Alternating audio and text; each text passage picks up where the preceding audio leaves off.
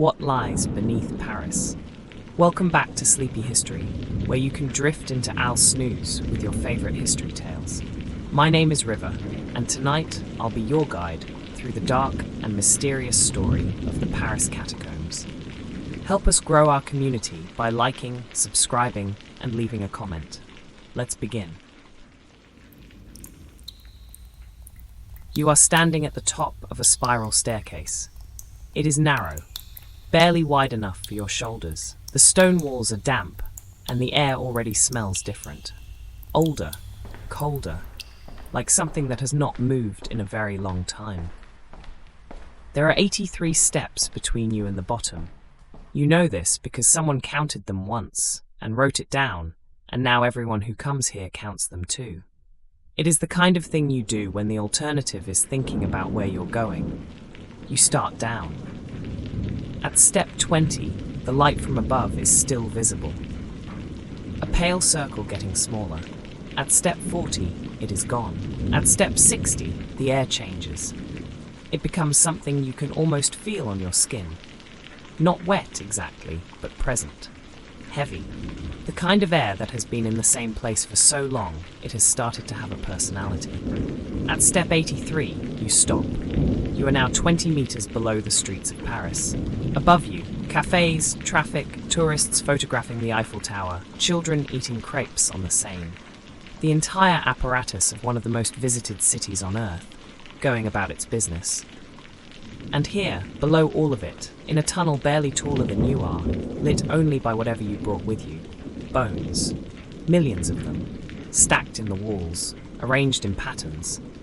Femurs and tibias laid in neat rows, punctuated by skulls placed at regular intervals like decorative keystones. Column after column, chamber after chamber, corridor after corridor, stretching into darkness in both directions for as far as your light will reach. These are not the bones of criminals, not the bones of the forgotten or the condemned. These are the bones of ordinary Parisians. Bakers and seamstresses and merchants and priests. Mothers and fathers and children and grandparents.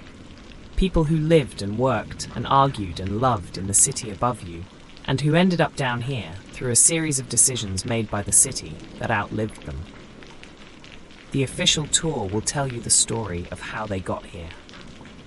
What it won't tell you is what else is down here.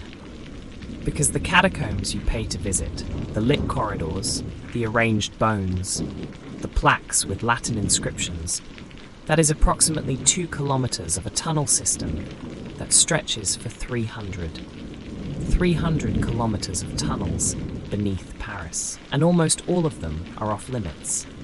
Tonight, we're going into the parts they don't show you. Part 1.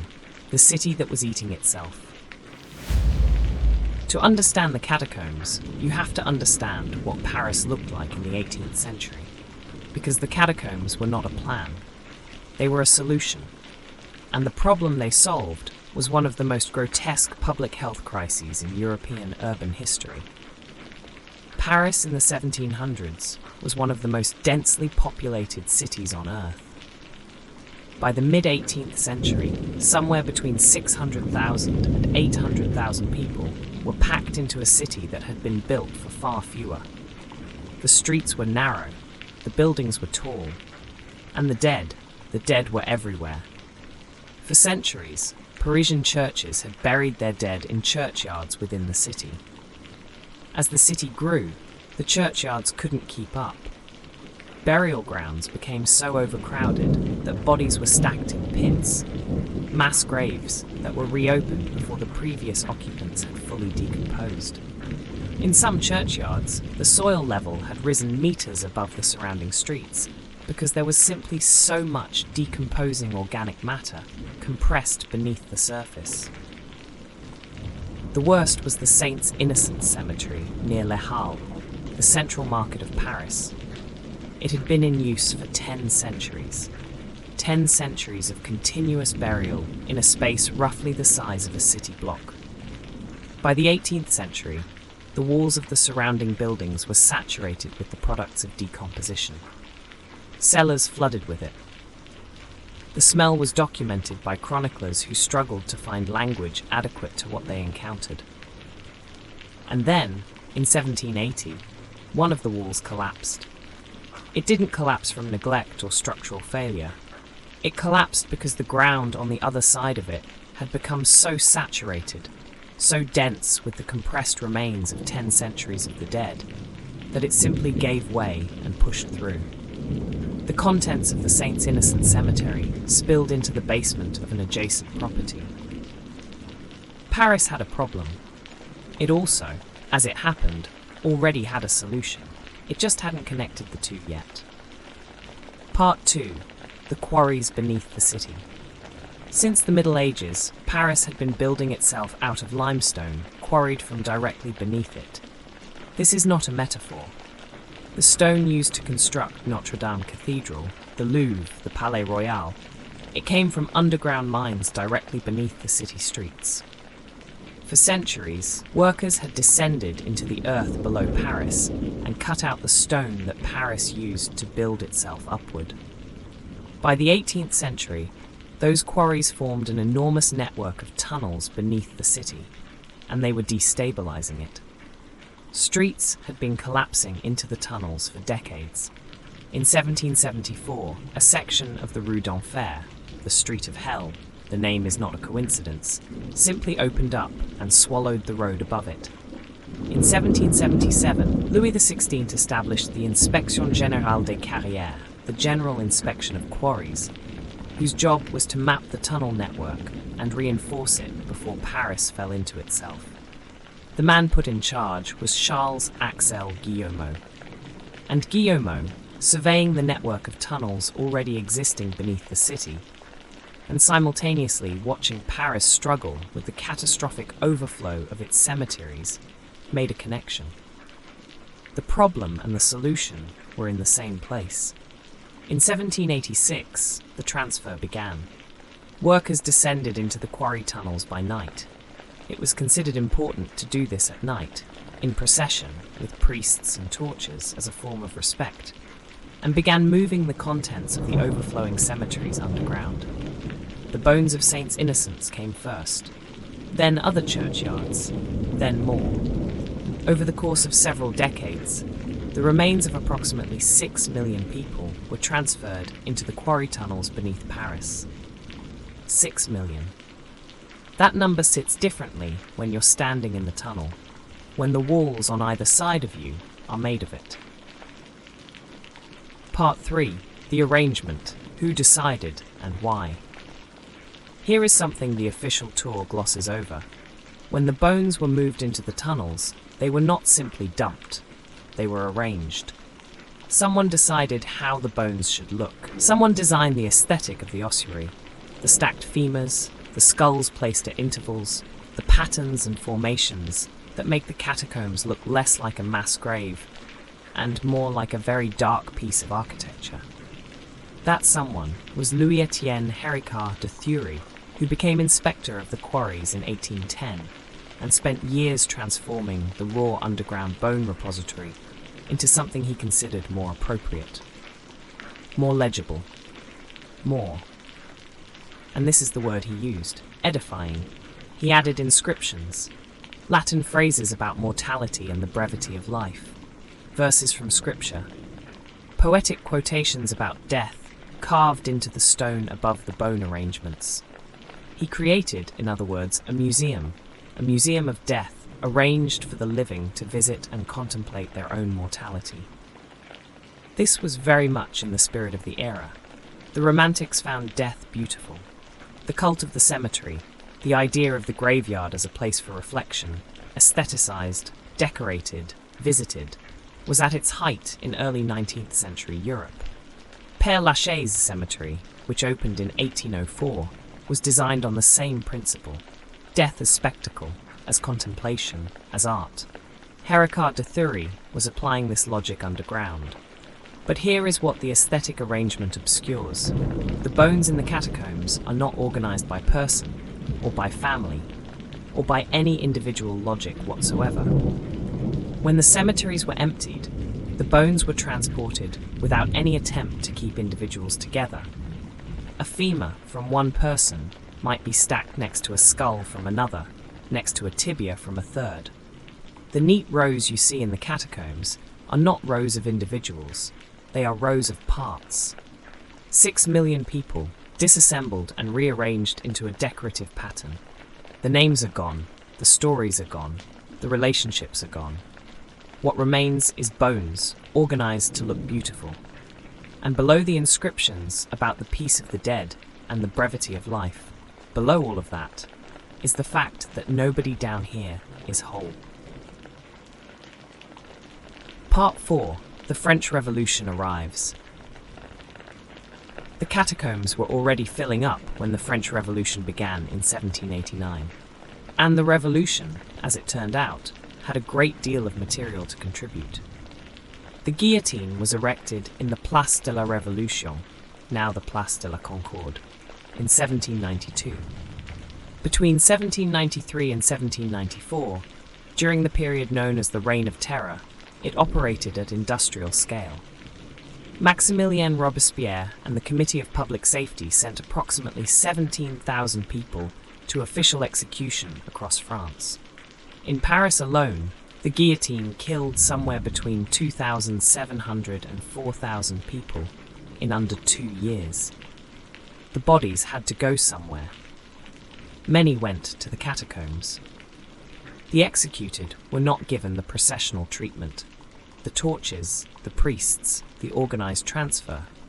They were buried in mass graves at various sites around the city, and as those sites were eventually cleared, their remains were transferred underground with the others. Among those transferred, the remains of Maximilien Robespierre himself, who was eventually arrested, guillotined and buried, his bones eventually joining the general mass of remains below the city he had terrorized. Somewhere in the catacombs, in those stacked, rearranged, nameless rows, are the bones of both the guillotined and the guillotiner, arranged together, indistinguishable. This is either a profound moral statement or a bureaucratic oversight. It is possibly both. Also present, somewhere in the tunnels, the remains of people killed in the September massacres of 1792, when mobs stormed Paris's prisons and killed between 1,100 and 1,400 prisoners, priests, political prisoners, common criminals, over 4 days. Their bodies were thrown into mass graves that were eventually emptied into the catacombs.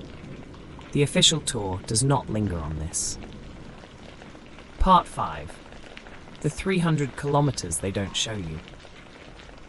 The section of the catacombs open to the public is, as I said, approximately 2 kilometers long.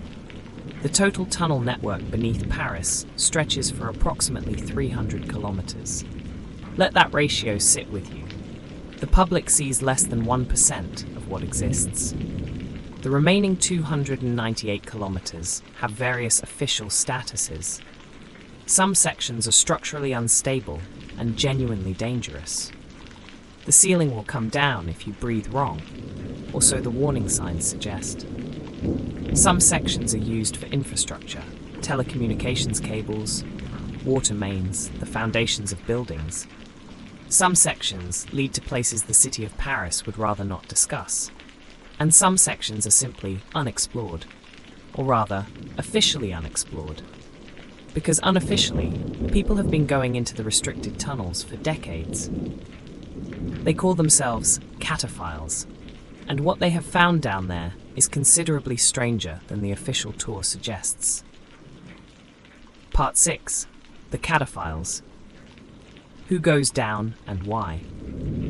The cataphile subculture, people who illegally enter the restricted sections of the Paris tunnel network, began developing in earnest in the 1970s and 1980s. By the 1990s, it had become an established, if officially forbidden, underground community. And underground is not a metaphor.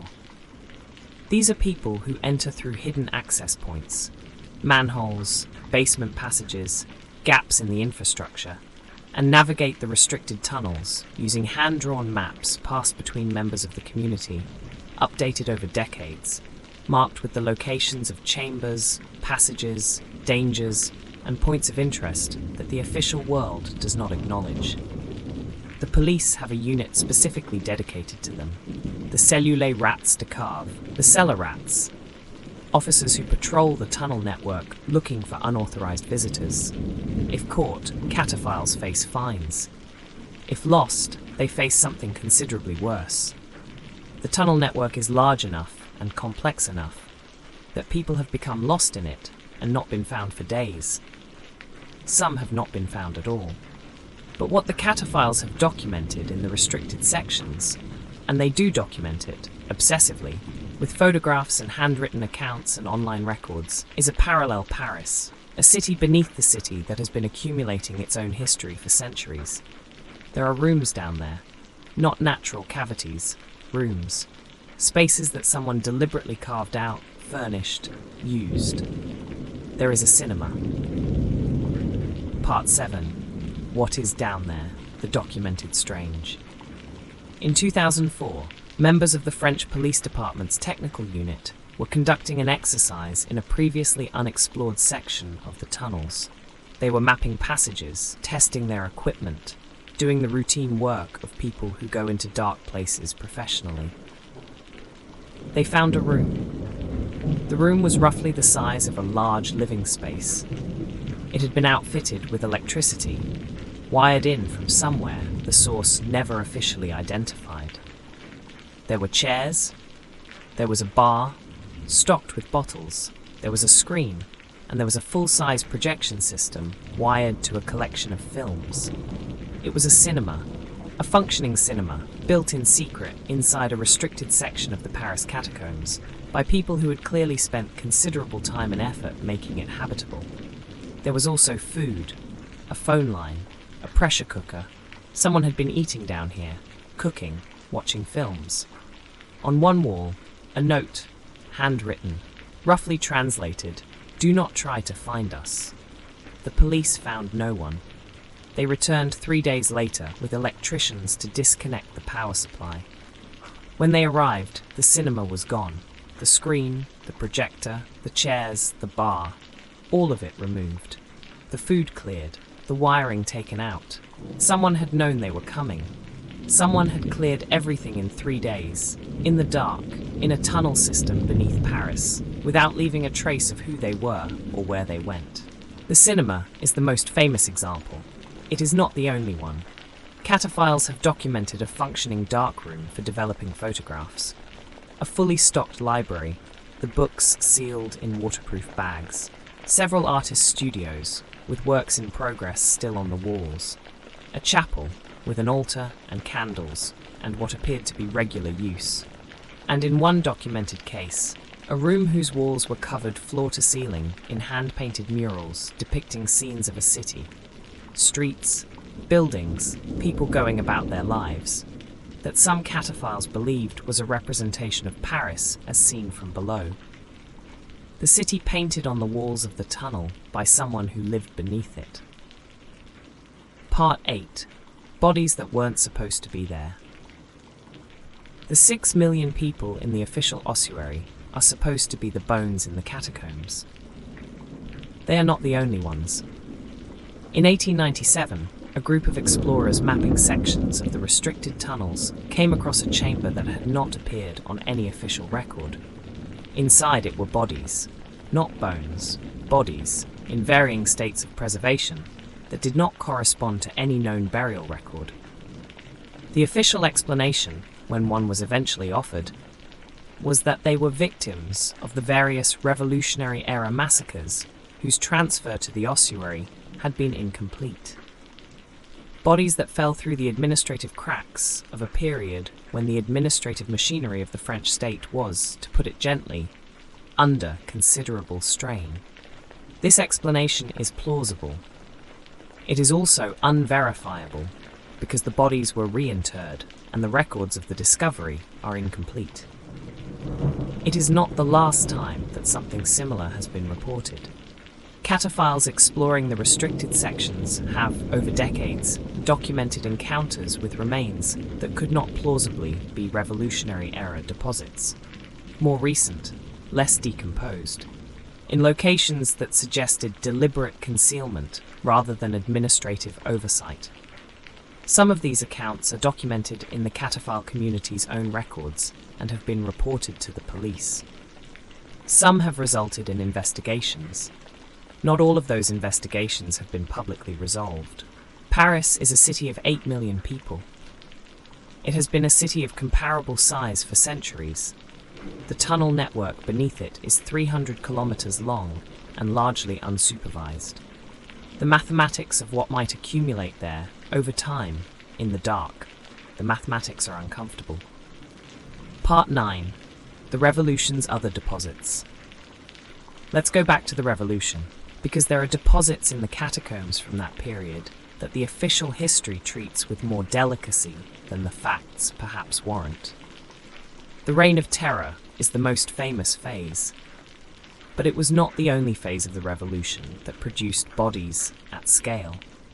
The Vendée. In 1793, the Republican government launched a military campaign against a royalist uprising in the Vendée region of western France. The campaign became, over time, something that several historians have described with the word genocide, though this designation remains contested in French historical and political discourse, which is itself telling. Republican General François-Joseph Westermann wrote to the Committee of Public Safety, "The Vendée is no more. I have just buried it in the woods and swamps of Savonay. Following the orders that you gave me, I crushed the children under the feet of the horses, massacred the women who, at least for these, will not give birth to any more brigands. I do not have a prisoner to reproach myself with." Conservative estimates put Vendée deaths at between 100,000 and 200,000. Some historians argue for higher numbers. Those deaths did not occur in Paris, they occurred in western France. Their remains did not go into the catacombs, but they cast a light on what the revolutionary government was willing to do, and on what else might have been disposed of quietly beneath a city whose tunnel network ran for 300 kilometers and had recently established itself as a place you could put things that needed to be invisible. The catacombs were the solution to one body problem. There is no official accounting of whether they were used as the solution to others. Part 10. The geography of what's below. Let me try to give you a sense of the scale of what is beneath Paris, because the numbers alone don't quite do it. The tunnel network runs beneath most of the left bank, the southern half of Paris. It extends beneath the Latin Quarter, Saint-Germain-des-Prés, Montparnasse, the 15th arrondissement. There are sections beneath the Luxembourg Gardens, beneath the Sorbonne, beneath hospitals and churches and government buildings. There are tunnels beneath the École Militaire, the military academy where Napoleon studied. There are tunnels beneath the Palais du Luxembourg, now the seat of the French Senate. There are tunnels beneath Val-de-Grâce, which is a military hospital. The people who work in these buildings go about their days above a network of passages that stretches in every direction beneath them, accessible in theory from dozens of entry points, populated by whoever decides to go in. During World War II, this geography became tactically significant in two directions simultaneously. The French resistance used the tunnel network as a base of operations. The tunnels provided cover, communication routes, spaces for meetings, and planning that German occupation forces could not easily monitor or access. There are sections of the tunnels where resistance graffiti is still visible on the walls. Names, dates, symbols, messages in the particular handwriting of people who were not sure they would survive to write anything else. The German occupiers also used the tunnels. A German command bunker was established in a section of the network beneath the École Militaire. The bunker, which still exists, was reinforced, equipped with communication infrastructure, and used as a command center during the occupation. For a period of the occupation, the French resistance and the German command infrastructure existed simultaneously in the same tunnel network beneath the same city, separated by geography and the darkness that hid them both. Some of the resistance members who used the tunnels were caught. Some were executed. It is not officially confirmed how many of them ended up in the tunnels they had used to hide. Part 11. The communities that live there. The cataphiles are the most documented of the tunnel's unofficial communities.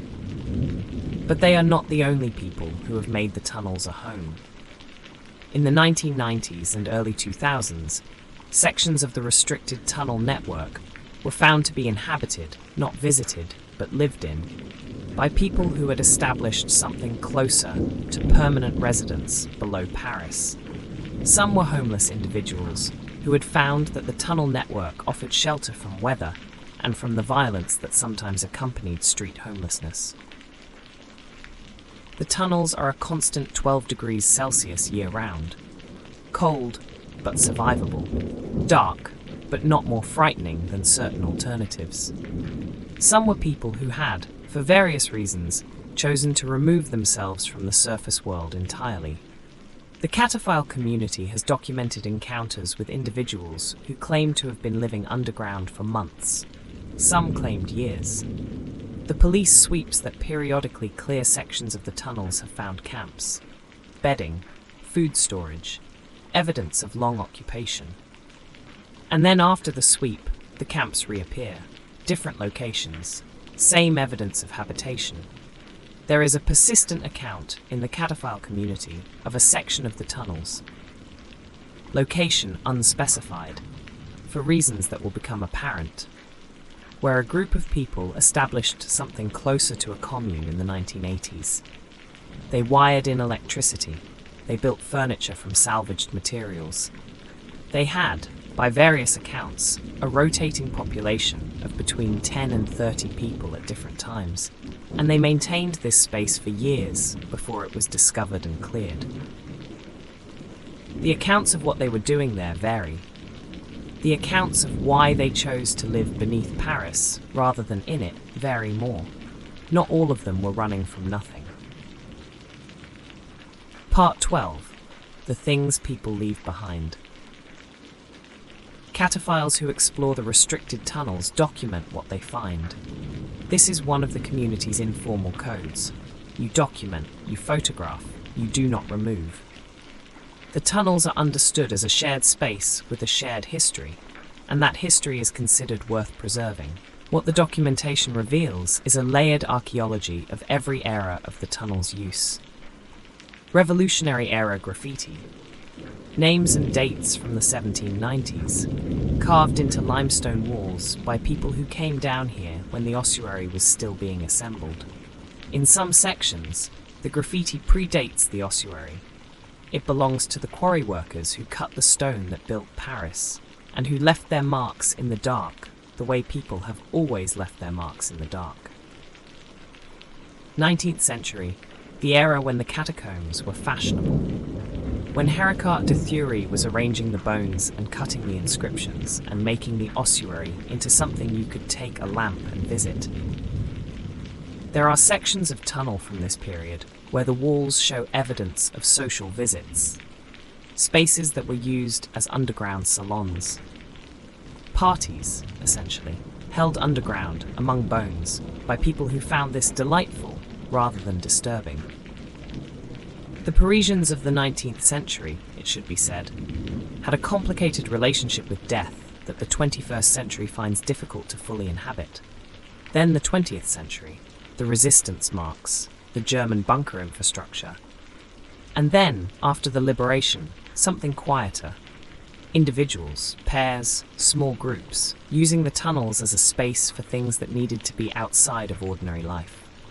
Artists, writers, people in love, people hiding, people who needed to be somewhere that wasn't the surface world, even temporarily. And then the cataphiles, the most recent layer, the most documented, the ones who mapped the other layers and understood that they were walking through a record of everyone who had ever needed the dark. Part 13. What gets lost down there? People get lost in the catacombs. This is not an urban legend. In 1793, during the Revolution, the same year the terror was beginning above ground, a man named Philibert Aspert entered the tunnels beneath the Val de Grace hospital. He was a doorman at the hospital. He had apparently heard that there was a cache of orange liqueur stored in the tunnels from a monastery that had recently been dissolved as part of the revolutionary government's campaign against the church. He went looking for it.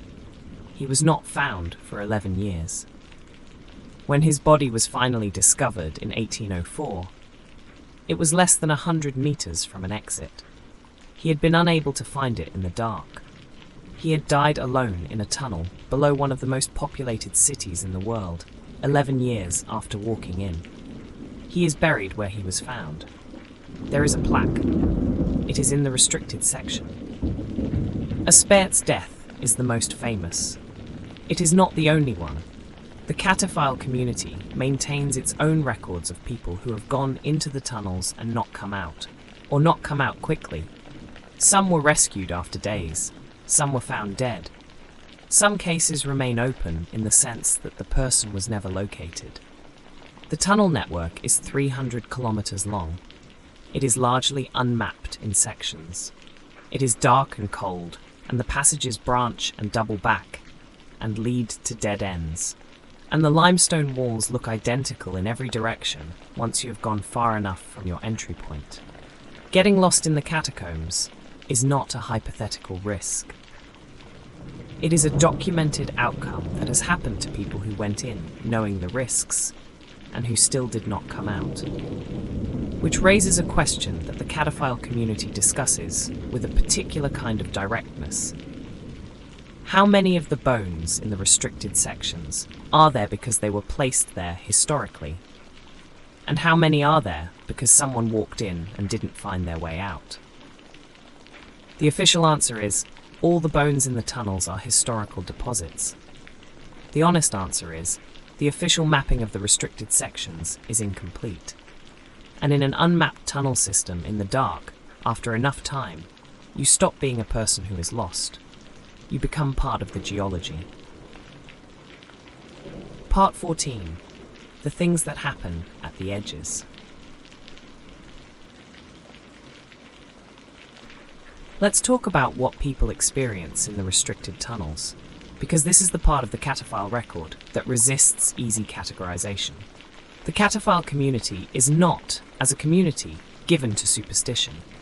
These are people who spend significant time underground precisely because they find the reality of the tunnels more interesting than any mythology around them. They document obsessively. They are skeptical by inclination and by experience. And yet, there is a section of the tunnels, the location circulates in the cataphile community but is not published, that has a consistent reputation. People who go there report a specific experience, a sense of presence, of being observed, that begins at a particular point in the passage and does not resolve until you have left the section entirely. Multiple independent accounts from people who went in without being told about the reputation report the same thing at the same point. The cataphile explanation for this is physical, not supernatural. Infrasound. Sound waves at frequencies below human hearing, generated by the movement of the earth, by the vibration of the city above, by the movement of water through the limestone. Infrasound at specific frequencies has been documented to cause anxiety, unease, and the sensation of presence. The feeling that something is in the room with you, in controlled laboratory conditions. The tunnels, with their specific acoustics, their underground water movement, their resonant limestone chambers, are theoretically ideal generators of infrasound. This is a satisfying explanation. It does not entirely explain why the sensation begins and ends at the same physical location, consistently, for different people. There is also a documented phenomenon in several chambers: equipment failure. Cameras, phones, and flashlights that work perfectly before and after a specific section behave erratically within it. This too has physical explanations: electromagnetic interference, battery temperature drop, the specific mineral composition of certain limestone formations. The cataphiles accept these explanations. They also note that the chambers where equipment fails most consistently are, in several cases, the same chambers where the bone deposits are densest. This is probably coincidence. The tunnels generate a great many coincidences. Part 15. What Paris knows and doesn't say. The city of Paris is aware of everything I've told you tonight. The authorities know about the cataphiles. They have a police unit dedicated to them. They know about the unofficial communities that have established themselves underground. They have found the camps, the cinemas, the evidence of habitation. They clear it, periodically, and it returns. They know about the bodies that have been found in sections that should contain only historical deposits. They have investigated, in some cases, and the investigations have reached whatever conclusions they reached. They know that the tunnel network is 300 kilometers long, and that the mapping of it is incomplete, and that there are sections that have not been officially entered in decades. And they continue to run a museum in 2 kilometers of it, and to sell tickets to tourists, and to have school groups come through, and to maintain the plaques that Héricard de Thury put there in the early 19th century about the peace of the dead and the brevity of life. The official story of the catacombs is a city with a sanitation problem found a rational solution. The bones of the historical dead are interred here in an orderly fashion. The tunnels are managed. It is sad, but it is tidy, and you may come and look at it between 9 in the morning and 8 in the evening for €29. That story is true as far as it goes. It doesn't go very far. Below the museum, below the 2 kilometers of arranged femurs and Latin inscriptions and audio guides, there are 298 more kilometers of tunnels. There are the bones of people the official tour doesn't mention. There are rooms that were furnished and then emptied in 3 days. There are people who went in and didn't come out. There are communities that chose underground over the surface. There are walls painted with the city as seen from below. There is whatever Philibert Aspairt found in those 11 years before someone found him. There is the limestone itself, which absorbed everything that happened in the dark, and which does not distinguish between what is supposed to be there and what isn't. The catacombs are described as a place where the dead rest. The evidence suggests the dead are doing no such thing. So, you are back at the spiral staircase. 83 steps up this time. The air changes at step 20, lighter, warmer, the particular smell of the surface world reasserting itself. At step 40, you can see light above you. At step 60, you can hear the city. At step 83, you are back in Paris. The traffic moves. The cafes are open. Someone is photographing the Eiffel Tower. Children are eating crepes by the Seine. 20 meters below your feet, 6 million people who no longer have names. Arranged in patterns by a man who thought the dead should be organized. Joined by people the revolution sent there without ceremony. Joined by everything that has been placed in the dark, because the dark is where you put things that don't fit anywhere else. 20 meters below your feet. A cinema that appeared and disappeared in 3 days. Communities that chose the underground over the city. A man who went looking for orange liqueur and didn't find his way out for 11 years. 20 meters below your feet. 298 kilometers of tunnels that the city manages by not looking at them. You walk back into Paris. You buy a coffee. You sit at a table on the street. You watch the city go by. Under you the water drips. Drop by drop, the way it has been dripping for centuries, wearing slowly through limestone, carving space in the dark. Paris is a city built on what it has put underground. Most cities are. Paris is just more honest about it than most. And so, our journey through history comes to an end. I hope tonight's story is drifting you into sleep. If you enjoyed drifting this journey, consider subscribing to Sleepy History so you won't miss our next journey into the past. Now there's nothing left to do but relax. The rain will continue to fall, the thunder will gently roll in the distance, and the world can wait until morning. And I'll see you in the next chapter of history. Good night.